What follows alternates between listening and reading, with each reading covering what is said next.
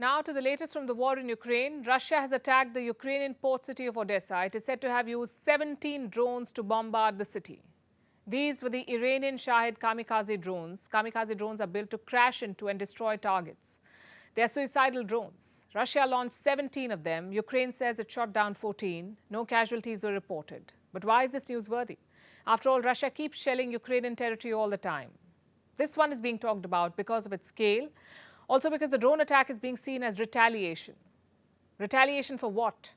A recent assassination on Russian soil. On Sunday, a Russian military blogger was killed in St. Petersburg. The blogger went by the nickname Vladimir Tatarsky. His real name was Maxim Fomin. He was quite a popular figure with more than 560,000 followers on the social media platform Telegram. And he had Kremlin's patronage.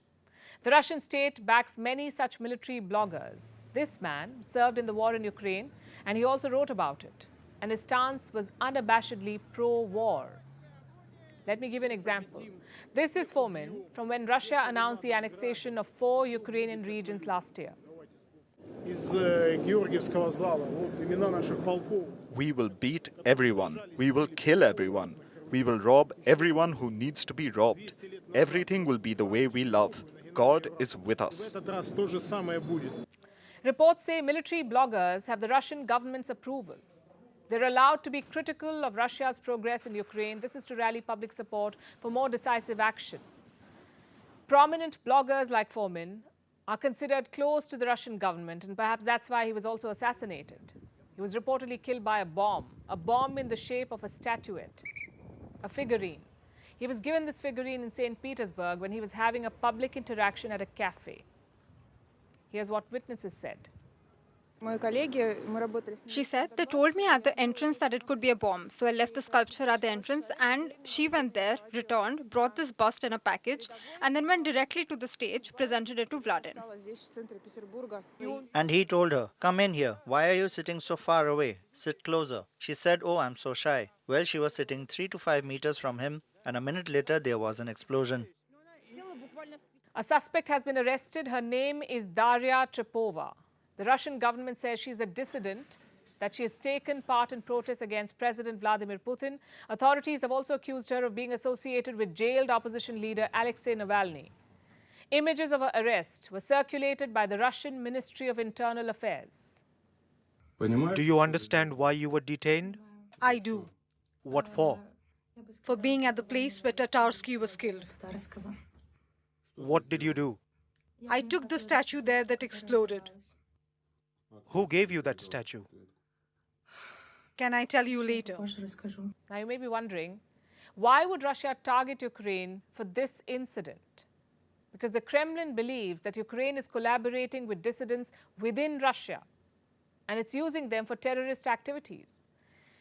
It's one of the justifications Russia uses for its war. Kremlin spokesperson Dmitry Peskov said, and I'm quoting, according to the National Anti-Terrorism Committee, there is information indicating that the Ukrainian special services may be involved in the planning of this terrorist act, and naturally, this is a terrorist act. Russia has come up against the Kiev regime. This is a regime that supports terrorist activities. This is a regime that is behind the killing of Daria Dugina. This is a regime that is quite likely behind the killing of Fomin and the terrorist act in St. Petersburg. This is a regime that has been behind killings for many years since 2014. This is why the special military operation is being carried out. This is their justification for the war. And he mentions one more name, Daria Dugina. She was the daughter of prominent Russian nationalist and Putin supporter Alexander Dugin. She was killed in a car bombing last August. Moscow had blamed Kiev for that assassination too. Ukraine has, of course, denied involvement in all of these incidents. A Ukrainian official said that these were domestic issues. He likened it to spiders eating each other when trapped in a jar. Ukrainian President Zelensky has also distanced himself from what's been happening in Russia and what happened in St. Petersburg. About St. Petersburg, you know, I'm not thinking what's going on in St. Petersburg or in Moscow. They have to think, Russia has to think about their cities. I'm thinking about our our country and our cities. Despite the denials, it seems Moscow is not convinced the intensified attacks could be Russia's way of punishing Ukraine. It could be a strong message to stop the attacks inside Russian borders, because the last thing that Moscow needs is the battle leaving the front lines and affecting its citizens at home. Let's turn to the Arab world. The sands are shifting, and how? Saudi Arabia is on a roll. It is now engaging with Egypt. The Egyptian president made a surprise visit. This is Abdel Fattah al-Sisi. He was in Saudi Arabia on Monday. He met with Crown Prince Mohammad bin Salman, the de facto ruler of Saudi Arabia. This was their first meeting in months. They had a spat recently. So this is a significant turn. Also, Egypt is suffering an economic crisis, so the timing is important. Let's first tell you about the crisis in Cairo. This has a lot to do with the war in Ukraine.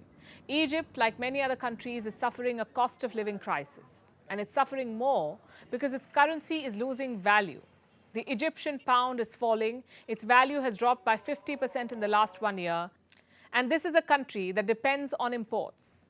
The falling currency has devastated Egypt. It's looking for foreign funding. It got an IMF bailout last December, some $3 billion. It also got a lot of help from Arab nations like Saudi Arabia, Qatar, and the UAE. They pledged $22 billion to help Egypt in 2022. $22 billion. Riyadh alone has invested more than $6 billion in Egypt in the last 1 year. But then it made an announcement.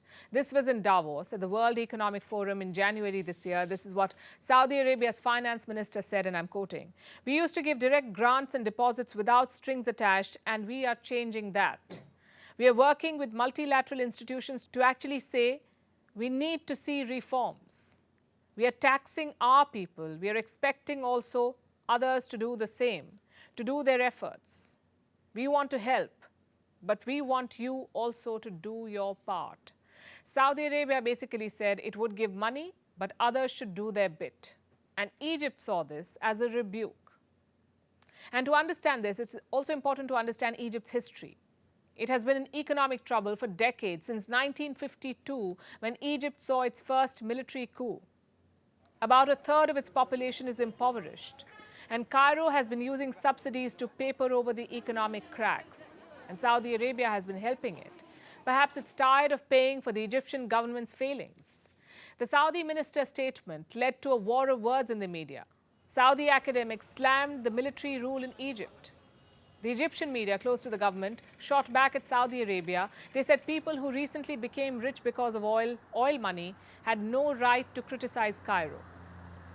It all got a bit ugly. And since then, President el-Sisi of Egypt has been trying to diffuse tensions.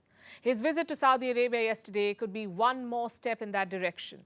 They haven't declared what they discussed, but el-Sisi affirmed the depth and strength of their bilateral relations in a social media post.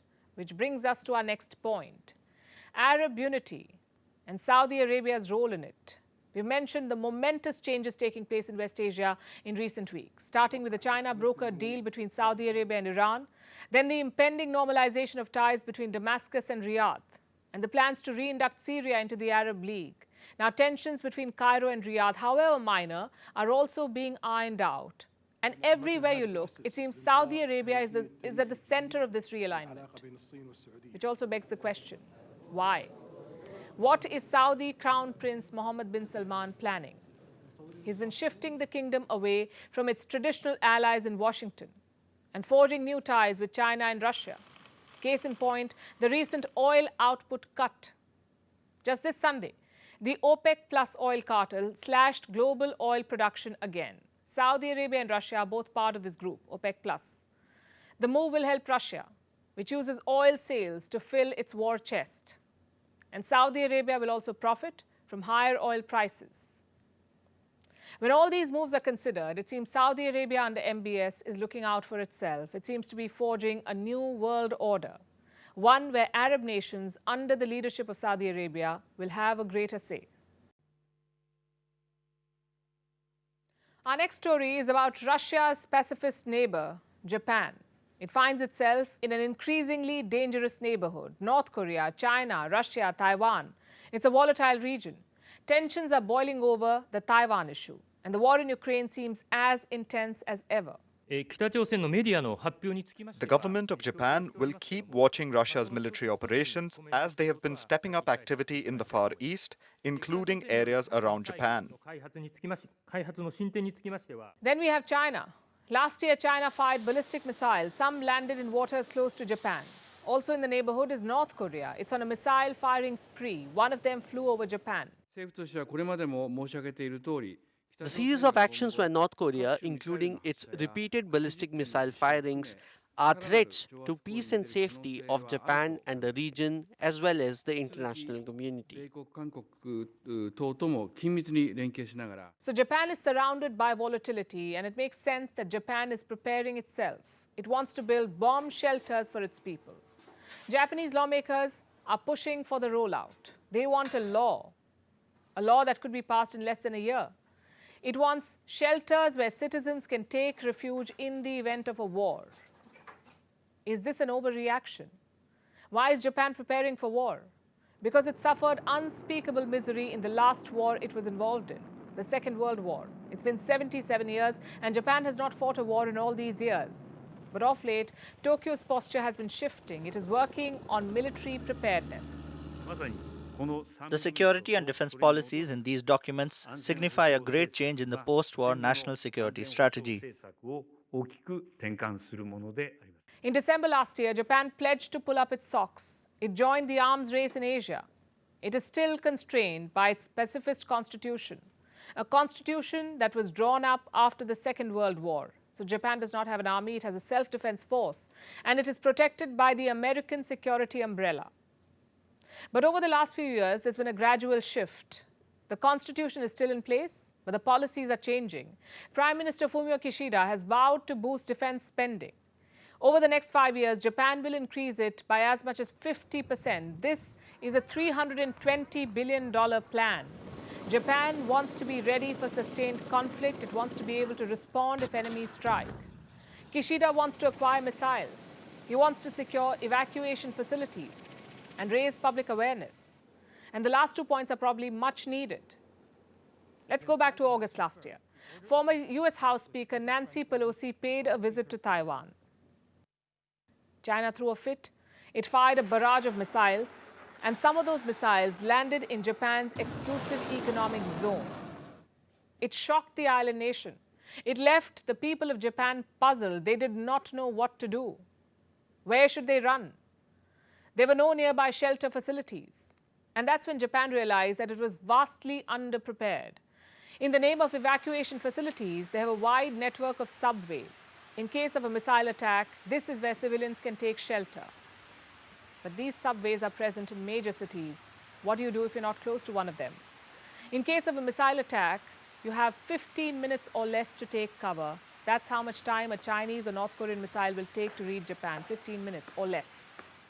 Also, most of the homes in Japan do not have basements. The evacuation centers are largely for natural disasters. Most of them are not underground. Compare this with Taiwan. It has more than 100,000 shelters. Or Singapore, which is well equipped thanks to its robust rail system. So Japan needs to act urgently. It is moving away from pacificism. The shift began under Shinzo Abe, former prime minister. He said the constitution was imposed on their country by the US. But Japan is still divided on the subject.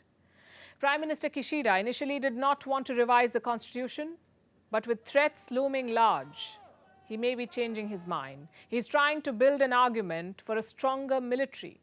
He says it's for the defense of democracy. It is needless to say that the new measures will stay within the realms of the Japanese constitution, international law, and the domestic law. Japan's adherence to the 3 non-nuclear principles, the exclusive defense policy, and its progress as a peaceful nation will remain unchanged. It's a complex debate for Japan. The horrors it suffered and the horrors it inflicted on others have not been forgotten.